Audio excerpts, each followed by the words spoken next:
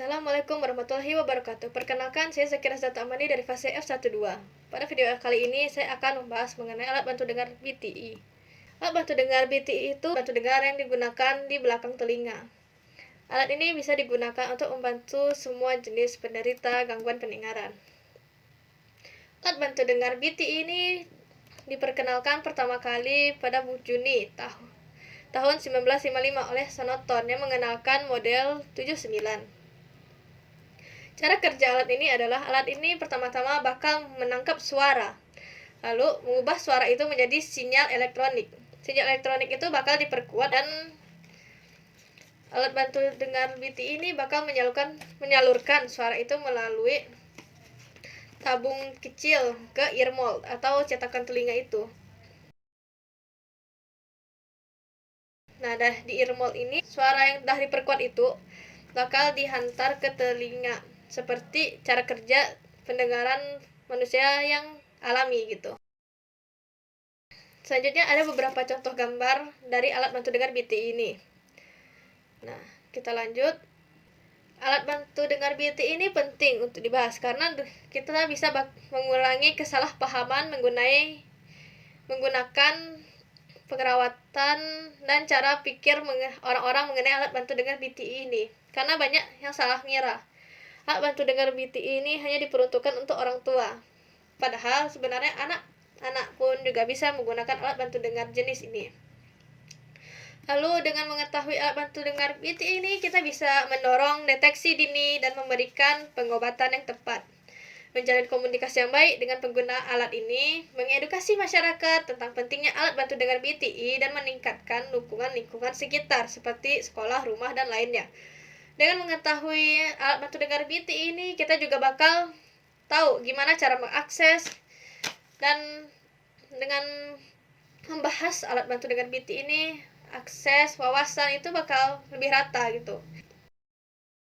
Kita bisa mendapatkan alat bantu dengar BTI ini di tempat seperti pusat perawatan pendengaran profesional atau audiologi, spesialis THT atau telinga hidung tenggorokan, toko optik besar yang punya divisi alat bantu dengar, platform daring seperti Halodoc, atau langsung dari merek terkenal yang biasanya punya distributor resmi di Indonesia, serta toko-toko kesehatan lainnya. Kenapa alat bantu dengar BTI itu mahal? Nah, karena teknologi dan inovasinya. Perangkatnya itu kompleks, kecil, jadi butuh riset mendalam dan biasanya manajemen kebisingan dan konektivitas nih kabel itu bakal dibebankan kepada konsumennya. Lalu ada kostumisasi dan layanan profesional, di mana setiap alat itu harus disesuaikan dengan penggunanya.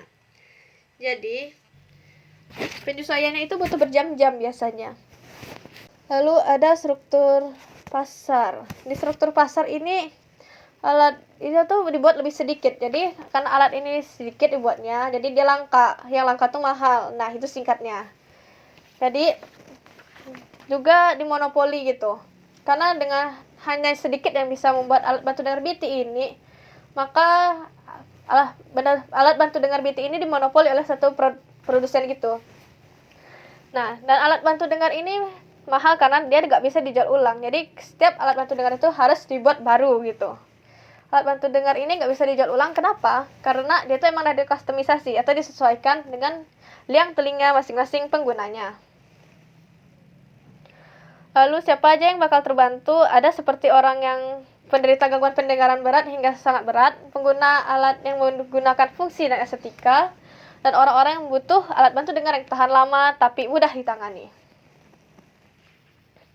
Jadi apa kelebihan dan kekurangan alat bantu dengar BTI ini? Kelebihannya itu adalah fleksibilitas karena bisa digunakan oleh segala jenis pengguna. Dari yang gangguan pendengarannya berat hingga mendalam.